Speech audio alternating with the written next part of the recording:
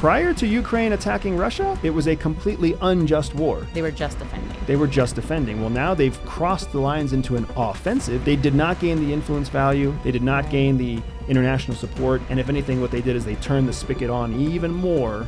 And now, in recent news, we saw the largest, deadliest missile attack ever from Russia against Ukraine.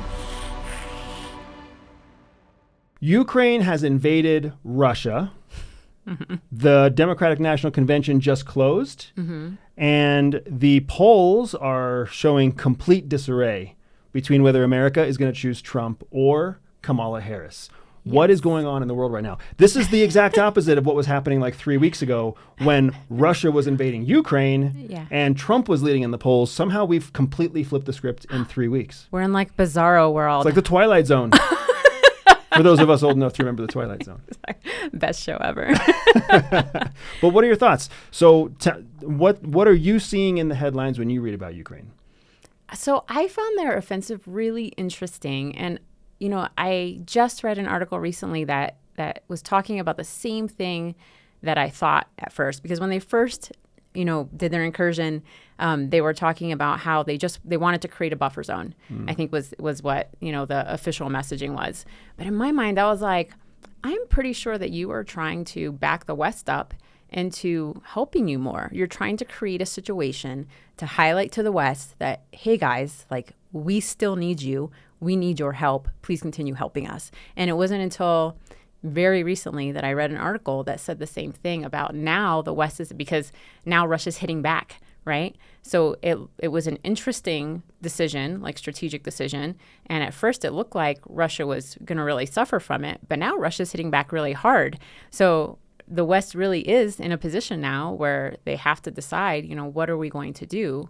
You know, are we going to continue helping Ukraine, or are we going to kind of sit back and let Russia win? Yeah, it was a very interesting strategic decision. And I say interesting because I think it doesn't make sense, right? What Ukraine had was a very strong no man's land, right? It basically had a boundary of conflict, a front line that wasn't moving very much. Right. Well, what they chose to do instead was incur into Russia, not in the primary combat area either. Right. It was farther north. So, I mean, it's not a real win. Right. If you incur across the border in an area where there's not a lot of hostilities, where there isn't a bunch of, you know, trenches and hardened combat and everything else, and then you take a small unit to try to quickly incur, that is exactly how Russia invaded Ukraine, if you recall. Yeah. Right? They went in fast, they went in small, and they went in too deep. And that's it looked like it was a bunch of victory early on until they started losing a bunch of ground during the summer counteroffensive that happened 2 years ago. And that's the same way this has looked too. It looked like an early victory, and now they're being pushed back. And, you know, what's interesting as you watch the conflict in Ukraine is that they have had to think outside of the box so many times. I mean, they are the innovation that has gone into warfare in that conflict has been amazing. And I think we're seeing the same thing with strategy, where they are like, you know, what can we do to help ourselves? And they're really having to do these things that to us, we're like, what are you thinking? Yeah, strategically, it hasn't worked out in their best interest. It has not. Because what's happened now is Russia didn't validate the incursion with any significance. They called it a counter-terroristic, or they called it a counterterrorism effort along their western border. That's all they really said it to be. Yeah. So it's not like the Russian people felt threatened. And instead, Putin kind of validated their own efforts in Ukraine by saying, hey, look at this terrorist effort that Ukraine is carrying out. Yeah. And Ukraine didn't gain the support it was expecting to gain. Right. Nobody saw it as a massive victory. They saw it as, you know, oh, good for you. You can attack into Russia. Oh, by the way, of course you can attack into Russia because we've given you all these modern day weapons. And why are you focusing on this non-conflict zone? Yeah. When you have so much conflict zone that actually has strategic value. Yeah. So it worked against them because it gave Russia credibility to continue their attack. And then what you've seen since then is exactly what you mentioned early on. Russia has massively expanded their assault. Yeah. And they have so much more authority and credibility for their assault. Now that Ukraine has penetrated Russian borders and assaulted inside another sovereign country. This is the problem with sovereign assaults. When one country attacks another country's sovereignty, it brings into focus something called just war theory. And just war theory is, when is a war just? Yeah. Prior to Ukraine attacking Russia, it was a completely unjust war. They were just defending. They were just defending. Well, now they've crossed the lines into an offensive, even if it was a limited offensive. Right. They did not gain the influence value. They did not gain the international support. And if anything, what they did is they turned the spigot on even more. And now, in recent news, we saw the largest, deadliest missile attack ever from Russia against Ukraine, hitting 70% of Ukraine's territory. Yeah. Focusing on the electrical grid as a combative target, because the electrical grid is what's supporting Ukraine in carrying out military attacks against Russia's sovereignty. And they've stretched themselves thin. You know, Russia has this great advantage of manpower because they're just larger. And now Ukraine is having a manpower issue because even though they're conscripting, soldiers, those people don't want to fight. So now they're having the problem where they are having a hard time boosting their numbers. And when they do boost their numbers, those soldiers won't pick up their guns. Yeah. They run away. And so they're actually losing battles because they don't have people who are willing to fight. So think about how much this narrative has changed, right? Yeah. What I remember reading about in 2023 was how Russia's military was incompetent and how Russia's military didn't have enough weapons and couldn't hold their ground in the front lines. Now we're reading headlines about how Ukraine soldiers are literally fleeing the combat zone, putting their weapons down and running in the opposite direction because they've been conscripted. This goes right back to the whole argument that the Human Rights Watch has made about how Ukraine is abusing human rights. They made it so that men of a certain age could not leave the border, which is a restriction of mobility, which is a restriction of human rights. Still, even though they were abusing human rights by the definition set in place by the UN that the United States supports, right? Even when Ukraine abused human rights, the West still stood behind them and gave them weapons. Well, now they're forcing these people who were previously immobilized, unable to leave. Now they're conscripting them into military service. And the only thing these folks can do with insufficient training and insufficient weaponry is try to escape for their lives from the battlefield. Yeah. We are literally watching how the abuse of human rights plays out in a unprofessional military that's engaged in conflict with a superior force. Yeah. I mean, it's not like Russia has international support. It's not like Russia has had just war cause. Now they do. Yeah. It wasn't like Russia had anything in its best interest. Putin has played this so brilliantly. He really has. Because he set, if you recall, they invaded on the grounds of fighting neo-Nazis. Yeah. Now they are literally attacking Ukraine on the grounds that, hey, Ukraine invaded our sovereignty and they are attacking civilian non-combatant targets, and we have a right to defend ourselves, and they're right. And that's what pisses me off about Putin. He's not a good guy. No. But he's so good at manipulating the situation so that he gains validity in the actions he originally took that were invalid. Yeah, his like messaging power is so amazing. You can see that he was a professional intel officer. Yes. Yeah. And I think what you were saying about conscription is so fascinating because it's not like Ukraine abuses human rights and they're conscripting these people and it's so wrong. Like every country, I mean, just put yourself in Ukraine's shoes, right? Like remember America's history, right? Conscription happens, like drafts happen in every single country. Yeah. Look at Israel.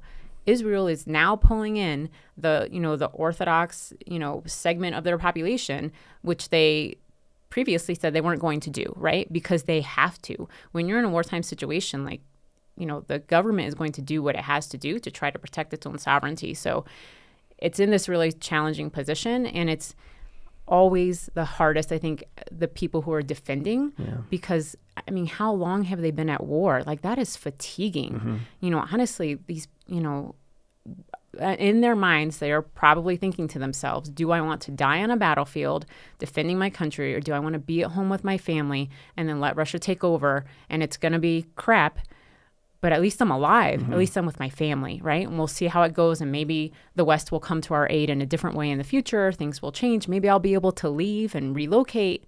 I mean, you really feel for the people, right? Yeah. And, there's an important intelligence lesson here because intelligence, especially human intelligence, is there to prevent conflict. Yes. The whole reason we steal secrets, the whole reason we execute espionage, the whole reason we hack into foreign systems is to avoid exactly what's happening right now on the battlefield. Yep. Because once you pick up guns and start firing rockets, it's very hard to de-escalate that. Yeah. It's much, much easier to deter a physical hostile attack by having superior intelligence or something we call information superiority. Yes. So the intelligence lesson here really is, yes, messaging is important. Yes, influence is important. Yes, there is a systematic way, as we've seen Putin execute, of taking what is a unjust cause and forcing people to take predictable actions to ultimately justify your original cause. Yeah. All of these things are true. We're seeing the same thing play out in Israel, just like you were saying, right? An unjust cause that is now fully justified as the defense of the Palestinian people. So the intelligence lesson here is understanding that the best way to win any conflict is to deter your opponent from taking action. Yes. And the second best alternative is to be able to force your opponent to take the kind of actions that make your original purpose justifiable. Right. And whether it's, in this case, the abuse of human rights on the part of Ukraine, the corruption on the part of Ukraine, the incredible abuses that we've seen from Russia in forcing this offensive into Ukraine. And now we are on the verge of another winter. Yes. And if there's one thing Russia has done effectively for about 3,000 years now, it's weaponize winter. Yeah. And they have crushed the Ukrainian power grid. Yeah. And they have stymied the transference of energy that's needed for heating heating purposes. And Ukraine is literally on the cusp of another winter, with their electrical grid and their energy resource grid at the lowest that it's been since the start of this conflict. With all of the other countries who said that they would support them in the midst of political upheaval. Yep. All the elections are happening. Elections are going not the way people thought they would go. So, nobody's paying attention. They're dealing with their own homeland issues. And, that's several more months from now. We'll be into we'll be into the winter. Before our next president's announced. Exactly. Before, we change administrations. Yep. And then who knows what that's going to look like. And nobody's going to do anything right now in the midst of the election. So it's an unfortunate situation. It's obviously sad to, watch play out. But I did think that this recent strategy that they attempted was really, really interesting. And it's been interesting to see the fallout as well. Honestly, we have to acknowledge the elephant in the room. Ukraine invaded Russia at the same time that everybody in media was looking at something else. Yeah. Do I think that Ukraine used this offensive as a way to capture back some media attention? Yes. Absolutely. You said it faster than I could say it. Yeah, absolutely. As soon as I read about it, I was like, oh, no, they're trying to make their case. What a stupid tactical decision to make, right? Strategically, you're not going to take Russia. Strategically, there's no high-value assets in the area that you're invading. Strategically, maybe you're trying to get an uprising from within Russia, but you have to anticipate that Russia's going to have a way of using propaganda to dampen it down, like they did by calling it counterterrorism.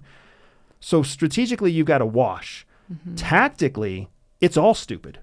Tactically, there's no good reason for doing that. Why would you take troops off of the front line to move them up north? Why would you take high-value resources into an area with little to gain strategically or tactically?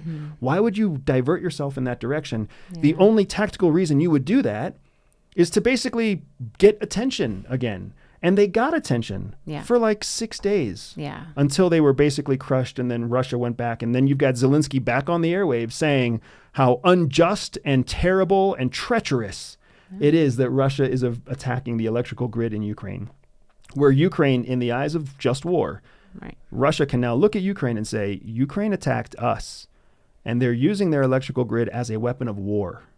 So that means we can now justifiably attack it. Even though we were attacking it before, we can expand our attacks even more.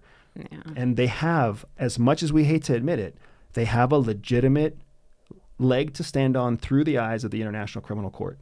They can no longer be labeled war criminals because they were invaded. Yeah. And a big chunk of what was used to mobilize, execute, and expand that stupid little incursion was the Ukrainian electrical grid. Yes. It is what powers the radio that the military uses. It is what creates electricity. It is what manufactures the oil that they use to put in their tanks. Like, it's frustrating, but in the eyes of the criminal court, Russia is now at war. Yeah. Legitimately. Yeah, so it'll be interesting to see, what's next. As winter comes, how will they fare? Will anybody come to their aid? And what is the next U.S. president going to do? Yeah. Here's what's fascinating to me. The DNC just wrapped up, right? Trump's name was mentioned as much, if not more than Kamala Harris's name. Yeah. First of all, come on, folks. Like, when I started seeing that in the headlines, I literally had to look it up myself. Here's what's crazy. If you look up the manuscript for Barack Obama's speech, Barack Obama, one of the most recognized and appreciated, respected orators in American presidential history. If you look at his speech, he says Donald Trump one time more than Kamala Harris. One time more. Interesting. Why?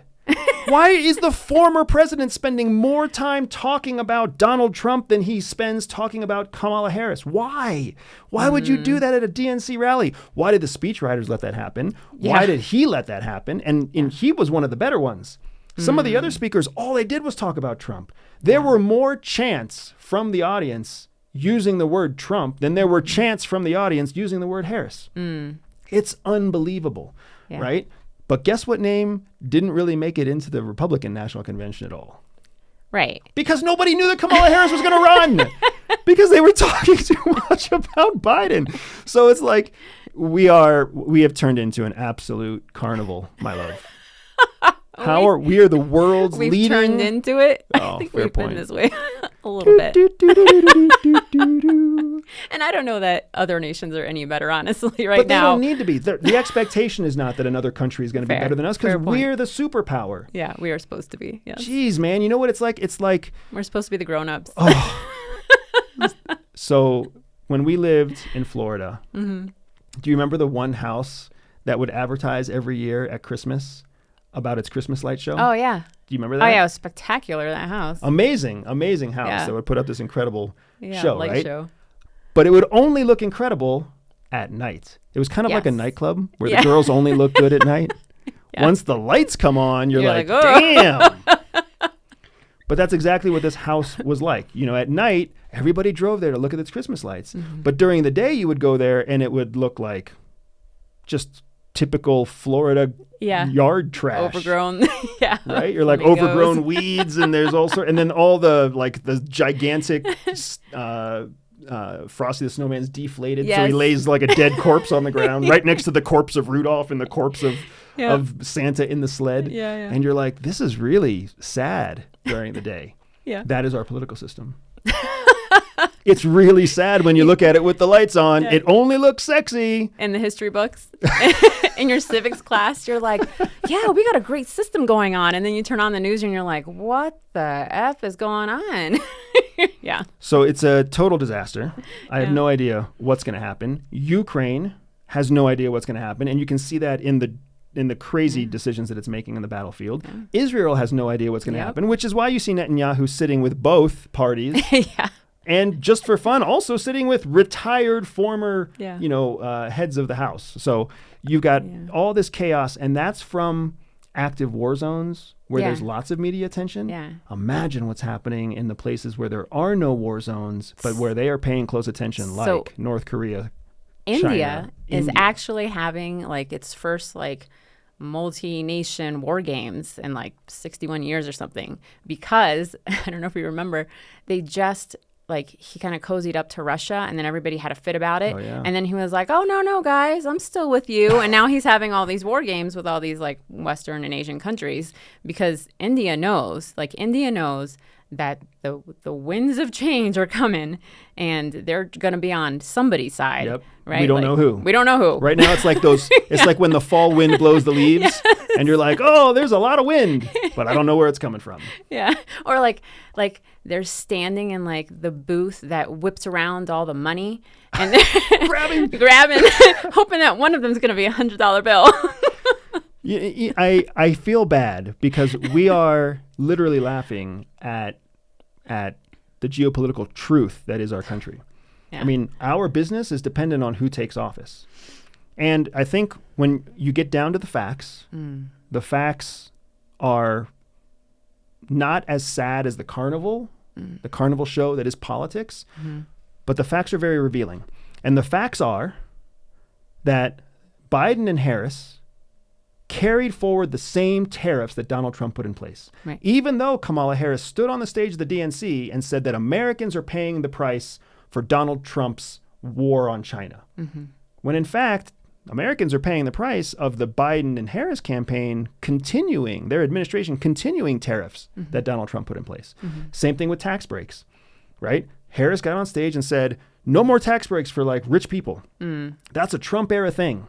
Actually, Biden and Harris carried over all of the tax breaks that Donald Trump put in place for people who make more or people who make less than $400,000 a year. So 97% of Americans make less than $400,000 a year. Hell, you and I make less than $400,000 a year. Yeah. But 97% of us are fine, right? They're talking about targeting the ultra rich. Donald Trump was also targeting the ultra rich. Yeah. They carried the same tax incentives over from his administration. They carried the same anti-China programs over from Trump's administration. Yep. They just changed the names. So the reality is that the last 4 years and the previous 4 years have looked almost the same, policy-wise. Yeah.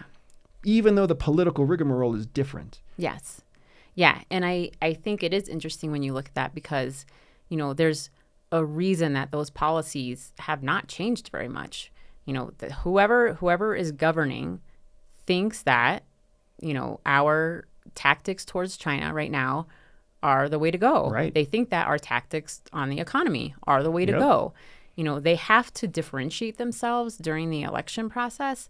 Because they're not actually different in administration. Right. Administratively, like there's a path that's being followed because they think that that's going to work. Right. Maybe it's working, maybe it's not. But neither team, right, the Republicans or the Democrats are ready to make drastic changes. Right. Nobody's talking about, you know, like when you saw the election in Argentina, that president was like drastic. He was like, I'm going to make drastic changes. Yep. They're going to really hurt right away, but they're going to make a big difference long term. Look at what happened in France. Yeah. Nobody's saying that here, right? Yeah. Everybody's, you know, trying to make these tiny differences and, you know, focusing on, you know, kind of hot button issues. Pro-life.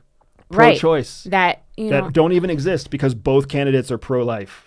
Or both candidates, are pro-choice. Pro-choice, yeah. Right? Both candidates are actually pro-choice. But yeah, so they're trying to focus on these hot button issues because the main policies probably aren't going to change that much. Right. You know, and it's interesting because it's, you know, the basics of what Americans want. We've talked about this before. You know, they want financial security. They want their families to be safe. They want their children to grow up, you know, well educated and, you know, have food on their table. You know, so the basics for all Americans really are the same. So they're really intentionally trying to pull out these issues that make you feel angry at the other party, to make you feel like you have to vote for this guy or this girl to, you know, make a difference in your life. It's probably not really going to make a big difference, the policy-wise. Yeah.